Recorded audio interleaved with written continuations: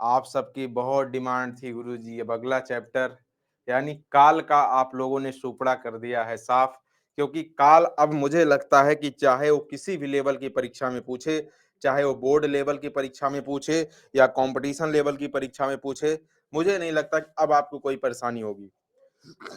ओ बताओ, आप सब लोगों ने क्वेश्चन देखा था या कल आप सबसे जो मैं आप सबके क्लास में जो मैं प्रैक्टिस कराया था ऑब्जेक्टिव का, उसमें से आप सबको जब आंसर देना हुआ तो क्या आप सबको कोई दिक्कत हुई थी? दिक्कत तो नहीं हुई रही होगी? सर बहुत ईज़ी लगने लगा, आसान लगने लगा। हाँ, बिल्कुल अब आप सबको आसान लगने लगा होगा, तो आप सबकी तैयारी ऐसी होनी चाहिए। मैं ये चाहता हूँ, जो मेरी अंदर की इच्छा है, जो ये मैं चाहत के साथ पढ़ाता हूँ कि आपको मैं जो भी टॉपिक पढ़ाऊँ, वो पूरी तरीके से वो 100% आपको आना चाहिए। ये नहीं कि जो है आप सभी को जो है बस केवल 11th चाहिए याद हो, केवल 12th का याद हो, ये नहीं। मतलब ये है कि भई अगर मैं काल पढ़ा रहा हूँ, तो काल के कोई भी उदाहरण हो आपके सही होने चाहिए ना। ये मतलब थोड़ी कि ये उदाहरण थोड़ा-सा कठिन है तो ये आपको ना आए। ये आसान है उदाहरण तो ये आपको आ जाए। ये तरह मुझे मज़ा नहीं आता। मेरा मतलब है कि अगर मैं काल पढ़ा रहा हूँ, तो काल का पूरा प्रश्न आना चाहिए। उसमें 2 नियम छोड़ दो, उसमें एक अपवाद जहाँ बैठो जिसके सामने खड़े हो कॉन्फिडेंस रहे, हाँ, ये टॉपिक मेरा क्लियर है, पूछ जहाँ पूछना है, ऐसे। ठीक है? चलो, तो हुंकार 2025 प्यारे साथियों, आज ये हिंदी व्याकरण अध्याय का नाम लिखा है। देख रहे हो? यहाँ पे क्या होना चाहिए?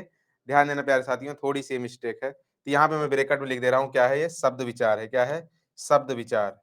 प्यारे साथियों, आज तो नया टॉपिक है, क्या है? शब्द विचार। शब्द विचार आज आप लोग पढ़ने वाले हो। तो आज मुझे जल्दी से बताओ प्यारे साथियों कि आप सब लोग रेडी हो? बोलो, शब्द विचार पढ़ने के लिए रेडी हो? बहुत-बहुत सरल शब्दावली में आप सबको मैं सिखाने वाला हूँ। क्या? शब्द विचार। रेडी हो? चलो। पिछली क्लास में क्या पढ़े थे पहले एक बार रिवीजन कर लो। बताओ जल्दी से क्या पढ़े थे? अभी-अभी चर्चा ही हो रही थी आप सबके बीच में, क्या हो रही थी? आप सब लोगों ने क्या पढ़ा था पिछली क्लास में? काल पढ़ा था। क्या पढ़ा था? काल पढ़ा था। ठीक है? अब यहाँ पे देखिएगा, काल के कुल कितने भेद होते हैं आप सब लोग बताओ? काल के कुल कितने भेद होते हैं? 3 भेद होते हैं। 3 भेद की अगर बात किया जाए, तो सबसे पहली बात किया जाए तो यहाँ पे वर्तमान काल। क्या? यहाँ पे क्या होता है? वर्तमान काल। वर्तमान काल। और दूसरा क्या होगा? दूसरा क्या होगा? भूतकाल होगा। ठीक है? तीसरा क्या होगा? भविष्य काल होगा।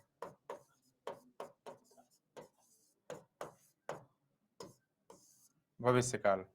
अब इसमें वर्तमान काल, भूतकाल, भविष्य काल क्या है? आप सब लोग को एक-एक बताना होगा। वर्तमान काल के कितने भेद आप लोग जानते हो? बताओ जल्दी से। वर्तमान काल के 5 भेद जानते होगे, भूतकाल के 6 भेद जानते होगे और भविष्य काल के 3 भेद जानते होगे, है ना? अच्छा, वर्तमान काल के पाँचों भेद का नाम कितने बच्चे बता सकते हैं?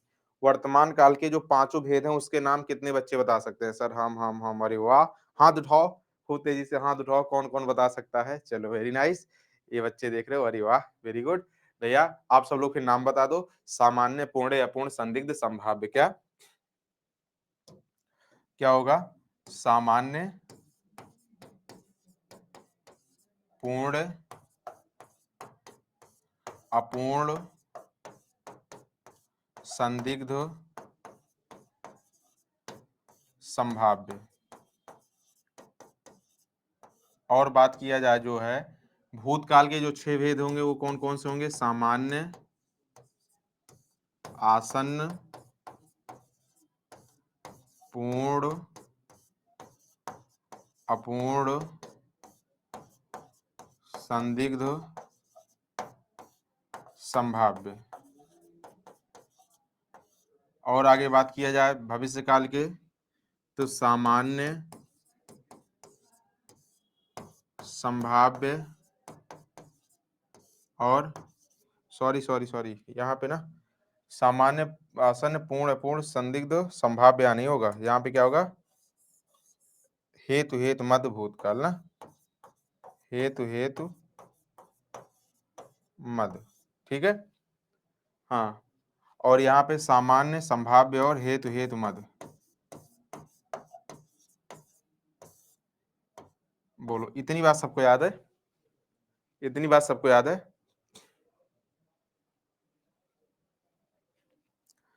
कोई प्रश्न आपको परेशान किया हो तो पूछ सकते हो। कोई भी प्रश्न अगर आप सबको कोई एक बच्चा बार-बार लिख रहा है सर एक क्वेश्चन है, तो क्वेश्चन लिखो डायरेक्ट बाबू। आप क्वेश्चन डायरेक्ट लिखो क्या है? क्वेश्चन का नाम लिखो डायरेक्ट।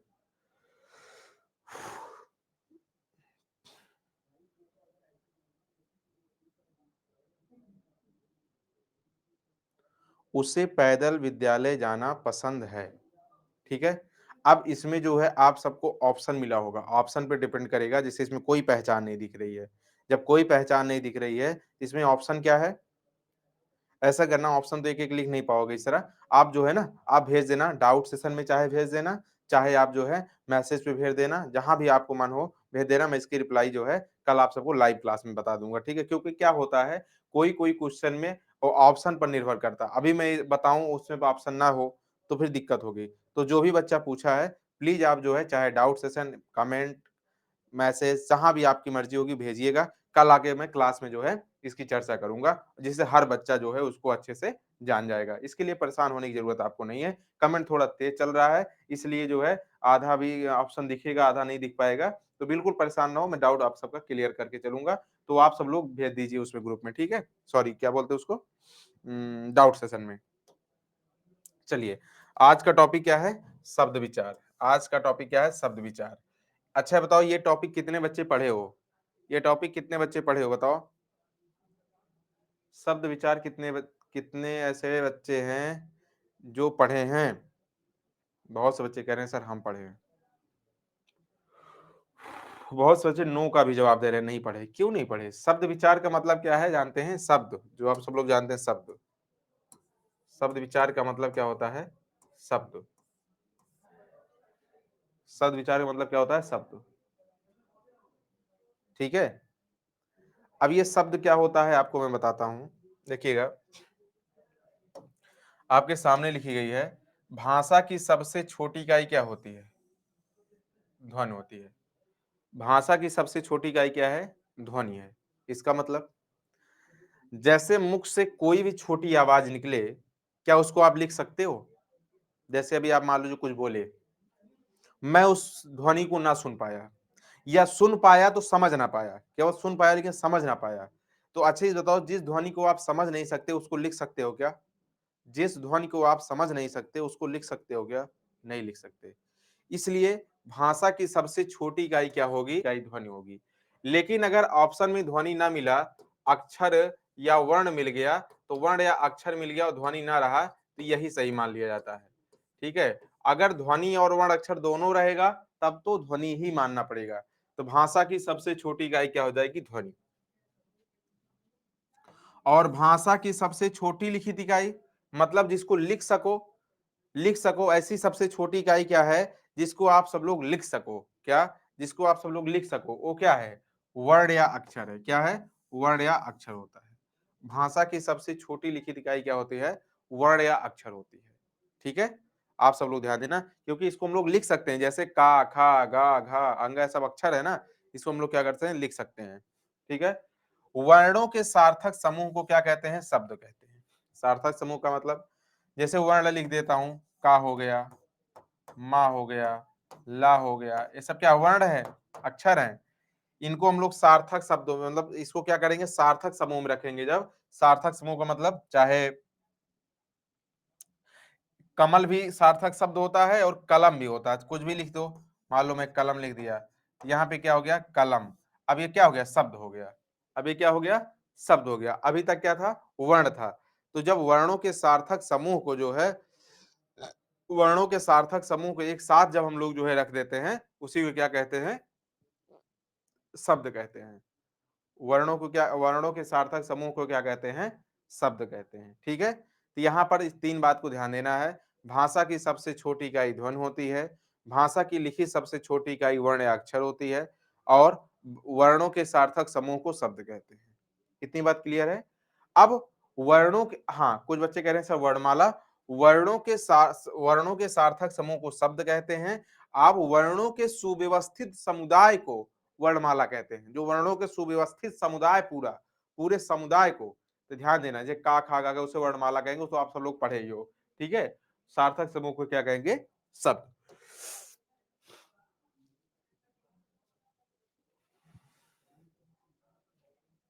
अब यहाँ पे देखते हैं कि भाई ये सबसे इंपॉर्टेंट हेडिंग है। सबसे इंपॉर्टेंट हेडिंग आप सबके सामने है। रचना या बनावट के आधार पर शब्द के कितने भेद होते हैं? 3 भेद होते हैं, बार-बार एग्जाम में पूछा जाता है। कितने बच्चे पहले से जानते थे कि रचना या बनावट के आधार पर शब्द के 3 भेद होते हैं? ये आप सबके एंट्रेंस एग्जाम में भी पूछा जाता है। आप सबके ये एंट्रेंस एग्जाम में भी पूछा जाता है, रचना या बनावट के आधार पर शब्द के कितने भेद होते हैं? तो रचना या बनावट के आधार पर शब्द के 3 भेद होते हैं। 3 भेद के नाम क्या होंगे? रूढ़ संज्ञा, रूढ़ शब्दों और यौगिक शब्दों और योगरूढ़ शब्दों। ठीक है, ये 3 होते हैं। अगर बात किया जाए यहाँ पे, एक प्रश्न आप सबको मैं बताया था संज्ञा पढ़ाते टाइम, व्युत्पत्ति के आधार पर, व्युत्पत्ति के आधार पर संज्ञा के भेद। तो व्युत्पत्ति के आधार पर भी संज्ञा के 3 भेद होते हैं, आप सबको मैं पढ़ाया हूं। वो तीनों के नाम क्या हैं? रूढ़ संज्ञा,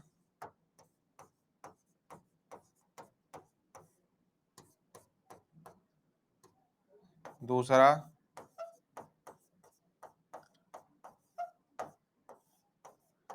यौगिक संज्ञा, तीसरा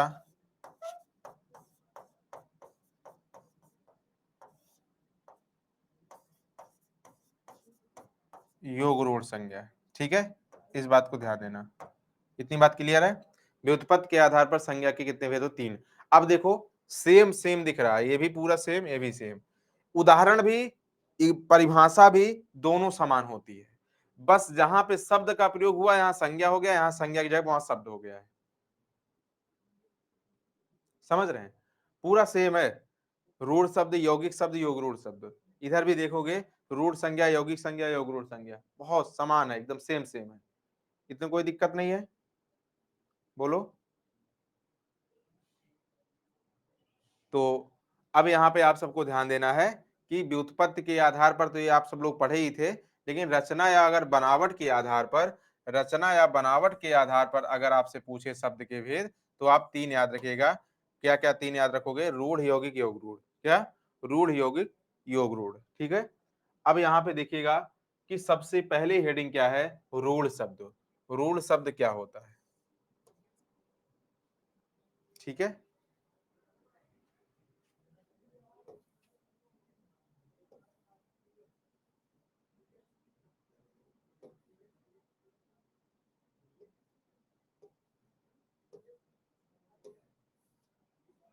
चलो, सबसे पहले देखिएगा रूढ़ शब्द क्या होता है। ठीक है, रूढ़ शब्द क्या होता है भाई, इसके बारे में देखते हैं। रूढ़ शब्द क्या होता है?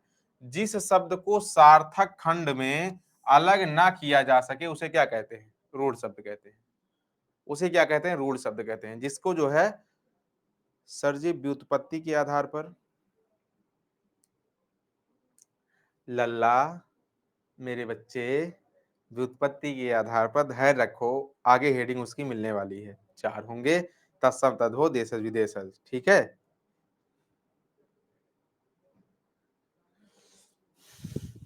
हम्म,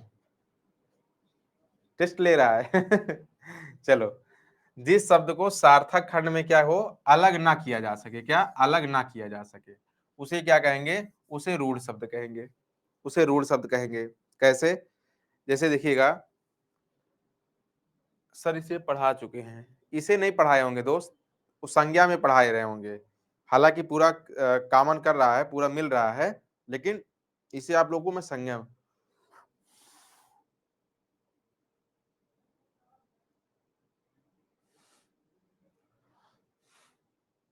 जी सर, चलो। जैसे देखो, नाक, कान, आंख, पंखा। अब इसको अगर मैं अलग करेंगे, मान लो नाक, ना और का, सार्थक, सार्थक खंडों में क्या हो? अलग ना हो। अब बताओ क्या इसको सार्थक खंड में अलग किया जा सकता है? सार्थक खंड में अलग किया जा सकता है? नहीं। सार्थक का मतलब उसका कोई अर्थ होना चाहिए, नहीं किया जा सकता। किसमें करोगे? नहीं कर सकते।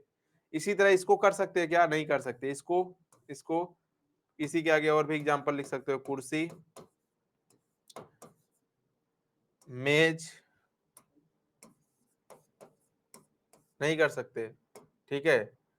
तो आप सब लोग ध्यान देना, ऐसे कोई शब्द हो जो हो जिनका सार्थक खंड हम लोग कर ही ना सकें, अलग अलग जो है अगर करेंगे तो उसका कोई अर्थ ना बने, वो सब रूढ़ ही है, रूढ़ शब्द है, ठीक है। चुड़ैल चुड़ैल, कोई कोई कमेंट कर रहा, कह रहा चुड़ैल।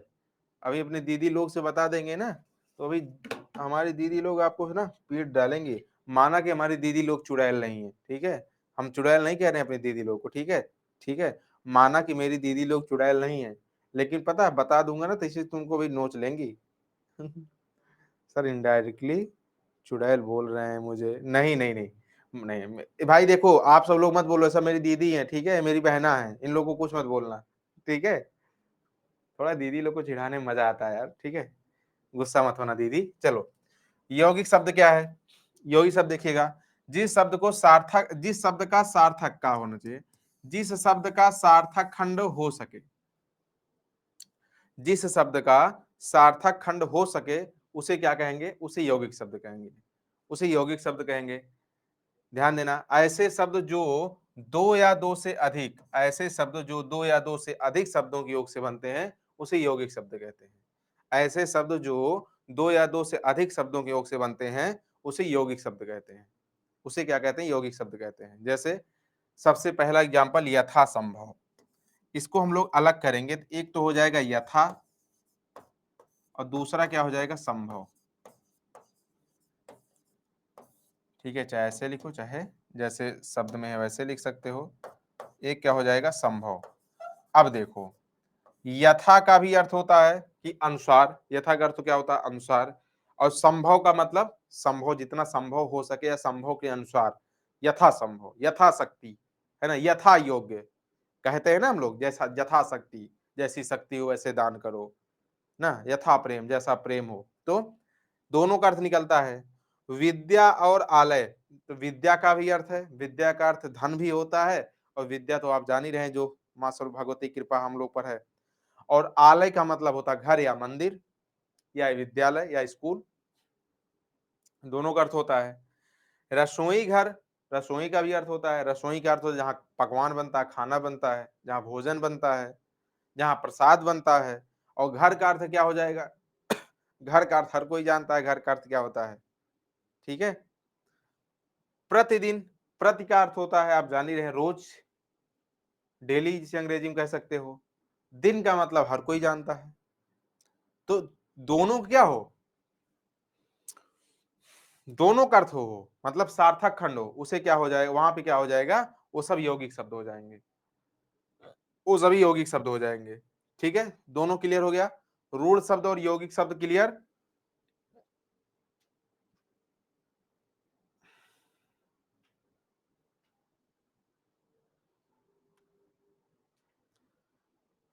चलिए फिर बताओ, एक एक एग्जांपल बताओ, पूछो।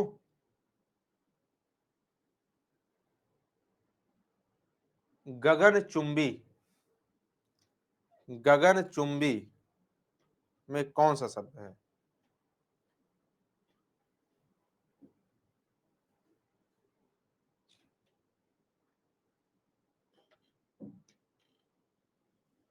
यौगिक, यौगिक, यौगिक, हाँ बिल्कुल।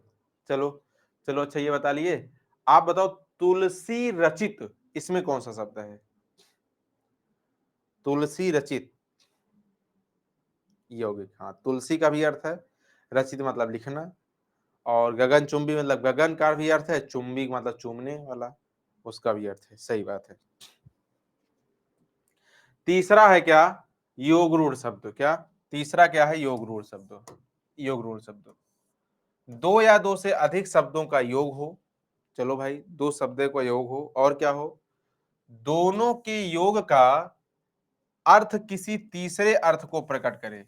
दोनों के योग का अर्थ जो है किसी तीसरे शब्द के अर्थ को प्रकट करे, तो वहां पे क्या हो जाएगा? योग रूढ़ शब्द हो जाएगा। ध्यान देना, बहुव्रीहि समास का सभी उदाहरण, अभी आप लोगों को बहुव्रीहि समास में पढ़ाया नहीं हूं, समास पढ़ाया ही नहीं हूं, आगे पढ़ाऊंगा। ध्यान देना, बहुव्रीहि समास का सभी उदाहरण योगरूढ़ शब्द के अंतर्गत आते हैं। जैसे दशानन, जान ही रहे हो, ठीक है, पंकज, लंबोदर, पीतांबर, ये सब क्या है, दशानन।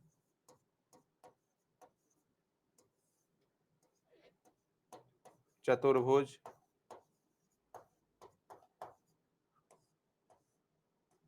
ये सभी क्या हैं, आप सब लोग ध्यान देना प्यारे बच्चों, ये सब बहुव्रीहि समास हैं। जैसे किसी तीसरे का अर्थ प्रकट करते हैं, ठीक है, दशानन रावण का, लंबोदर लंबा है उधर गणेश भगवान का। जब किसी तीसरे का, चक्रपाणी, वीणापाणी, ये भी हो सकता है।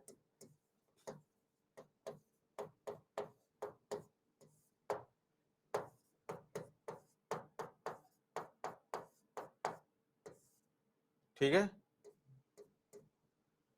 तो आप सब लोग ध्यान देना, ऐसे ऐसे शब्द, नीलकंठ भी हो जाएगा, सब हो जाएगा, ऐसे शब्द हमेशा क्या होंगे, योगरूढ़ शब्द होंगे। तो बताओ, रचना के आधार पर मैंने आप सभी को साथियों बताया कि रचना के आधार पर शब्द के तीन भेद होते हैं। कितने, रचना के आधार पर, रचना के आधार पर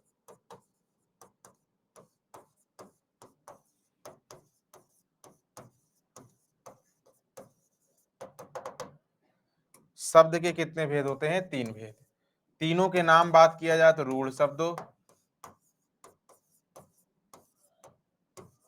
दूसरा बात किया जाए तो यौगिक शब्दों,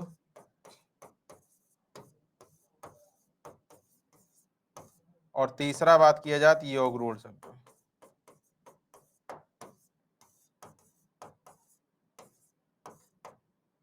ये तीनों आप सब लोग मुझे जो है बताओ, क्लियर है, तीनों शब्द क्लियर है? जी सर। अब आगे देखिएगा, अभी बच्चा कोई कमेंट करके पूछा भी था कि गुरुजी उत्पत्ति के आधार पर, तो उत्पत्ति या स्रोत के आधार पर शब्द के कितने भेद होते हैं, चार भेद होते हैं। कितने भेद होते हैं, चार। उत्पत्ति या स्रोत के आधार पर शब्द के कितने भेद होते हैं, चार। तत्सम शब्दों, तद्भव शब्दों, देशज शब्दों, विदेशज शब्दों। देशज शब्द को, लल्ला ध्यान देना, देशज शब्द को आप सभी लोग देसी शब्द भी कह सकते हो, देसी शब्द भी कह सकते हो, और विदेशज शब्द को विदेशी शब्द भी कह सकते हो। क्या, विदेशी शब्द भी कह सकते हो। अब यहाँ पे तद्भव, तत्सम, तद्भव, देशज, विदेशज, ये आपको जानना है। अच्छा बताओ, ये सब नाम सुने हो नहीं सुने हो, सुने हो? तत्सम क्या होता है, तद्भव क्या होता है, देशज क्या होता है, विदेशज क्या होता है, सब सुने हो?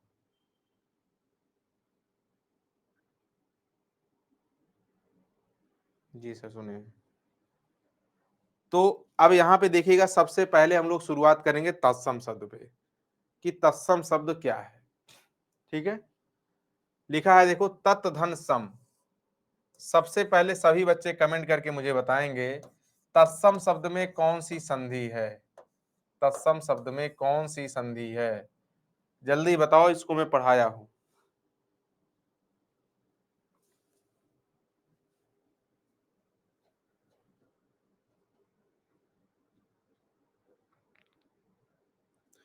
तत्सम शब्द में व्यंजन संधि, जितने बच्चे बता रहे हैं बिल्कुल सही जवाब दे रहे हैं। क्यों?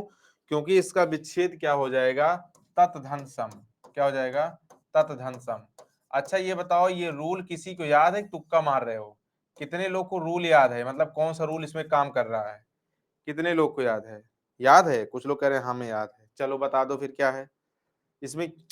इसमें क्या होगा, इसका रूल क्या होगा भाई, क्या होगा रूल इसका, बताओ। इसका रूल होगा, जिस शब्द में, जिस संधि में ता के बाद क्या हो, ता के बाद का खा ता था पा फा सा, ये सब बताया था ना, का खा टा ठा ता था पा फा सा, में से कुछ भी वर्ण आ जाए तो ता का परिवर्तन किसी में नहीं होता। जैसे तत् धन काल, तत्काल, उत धन कल, उत्कल, उत धन कर्ष, उत्कर्ष, तत् धन सम, तत्सम, किसी में परिवर्तन नहीं होगा, केवल से लिख उठेगा। ठीक है, ये सब आप नियम देखो, व्यंजन संधि के नियम में मैं लिखाया हूं। ठीक है, क्या हो जाएगा ये? तत्सम संधि है। चलो भाई, तत् मतलब वहां पास में, सम मतलब समान। संस्कृत के वे शब्द जो हिंदी भाषा में प्रयोग किए जाते हैं उसे क्या कहते हैं? तत्सम शब्द कहते हैं, उसे तत्सम शब्द कहते हैं। इसमें मैं कुछ आपको जो है क्या बताऊंगा, इसमें कुछ पहचान बताऊंगा। पहचान देखिएगा, पहले ऐसे देख लो फॉर्मेलिटी के लिए। यहां देखो पहले, चंद्र, सूर्य, हस्त, दुग्ध, घृत आदि।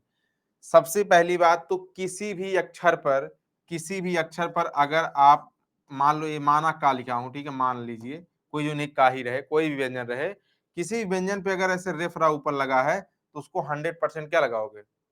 उसको क्या लगाओगे? इसका मतलब इसमें क्या है? तत्सम शब्द है। कौन शब्द है? तत्सम शब्द है। अगर किसी भी अक्षर पर ये ऐसे लगा हुआ है तो कौन सा शब्द है? 100% में कौन शब्द है? तत्सम शब्द है। ठीक है। अगर किसी भी अक्षर पर ऐसे लगा हुआ है, जो क्रम वगैरह लिखा जाता है, क्या लिखोगे? इसमें भी तत्सम शब्द है। कहने का मतलब सबसे पहली बात तो ये आपको दिखते ही क्या लगाना है? तत्सम शब्द। क्या लगाना है? तत्सम शब्द। बिना कुछ सोचे समझे अगर ये 3 अक्षर दिख गया तो आप उसमें आराम से लगा देना कि ये तत्सम शब्द है।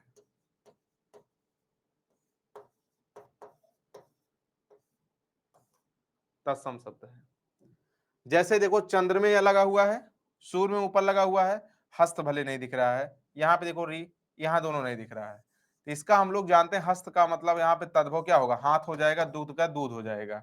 उसको भी पढ़ाएंगे। ज्यादातर आधा अक्षर आता है तो होता है, 100% नहीं होता, 100% नहीं कह सकता, क्योंकि अभी बहुत से आधे अक्षर आएंगे जिसमें तद्भव भी होता है। ठीक है, तो यहाँ पर इस बात को ध्यान देना। अभी केवल तद्भव तत्सम की परिभाषा बता रहा हूँ, नियम इसके आगे बताता हूँ। तद्भव क्या होता है? तत् धन भव, इसमें भी व्यंजन संधि है।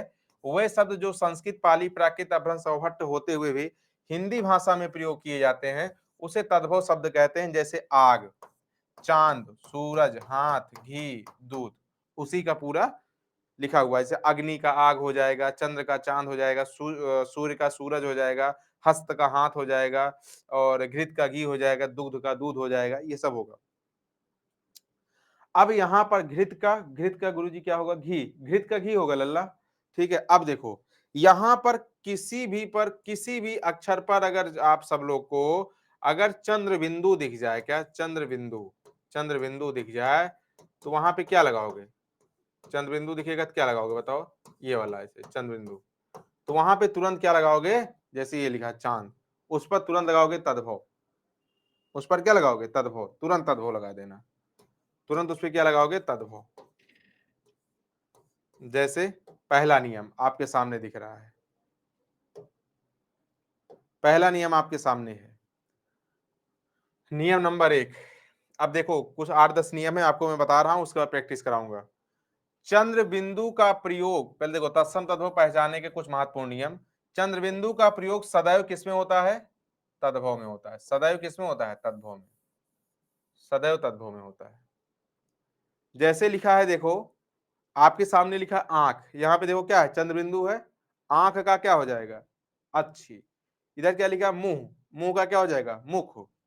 इधर लिखा है चांद, चांद का क्या हो जाएगा? चंद्र। गांव, देखो सब में यहाँ पे देखो कि चंद्र बिंदु है और सब क्या है? तद्भव है। बिना कुछ सोचे समझे लगा देना तद्भव। और यहाँ पे देखो, ये देखो, ये देखो, ये देखो, हाँ ये छा जो दिख रहा है अभी आगे मैं पढ़ाऊंगा, छा, त्रा, ज्ञा, स्रा, ये क्या है? 4 संयुक्त व्यंजन है हिंदी में। ये 4 क्या है? संयुक्त व्यंजन। और ये जब 4 संयुक्त व्यंजन जो हैं इनका प्रयोग हमेशा तत्सम में होता है, हमेशा तत्सम में। ये 4 संयुक्त व्यंजन कहीं भी दिख जाएंगे आपको ध्यान देना है, तत्सम में प्रयोग होंगे। अभी आगे इसका भी नियम बताऊंगा। तो एक नियम आपको अच्छे से याद रखना है, आंख का क्या होता है? अच्छी होता है, बहुत पूछा जाता है। ठीक है, अच्छी क्या है? छा जो है तत्सम है। इतनी बात क्लियर है? तो प्यारे बच्चों, इसके आगे भी नियम बहुत ज्यादा बता दूंगा तो दिक्कत होगी आप सबको। इसके आगे हम लोग कल कंटिन्यू करूं अगर आप सबकी परमिशन हो, क्योंकि याद नहीं कर पाओगे, बहुत ज्यादा हो जाएगा। तो अगर आप सबकी परमिशन हो तो इसके आगे कल कंटिन्यू करता हूं। ठीक है, आप सब लोग को बहुत अच्छे से कल ऑब्जेक्टिव क्वेश्चन भी सॉल्व करना होगा। ठीक है, कल पूरा ये शब्द विचार कंप्लीट भी हो जाएगा और ऑब्जेक्टिव क्वेश्चन भी रहेगा कल। तो आप सब लोग ऑब्जेक्टिव क्वेश्चन को भी जवाब देना होगा, इसलिए तैयार करके आना। ठीक है, जितना इसको मैं पढ़ाया हूं इसमें आप सबको तैयार करके आना है। ठीक है, तो एक बार आप सभी लोग जल्दी से मुझे बता दो रिवीजन के माध्यम से रिवीजन के माध्यम से मुझे एक बार बता दो कि अगर यहाँ पर आपसे कोई पूछेगा प्यारे बच्चों कि रचना के आधार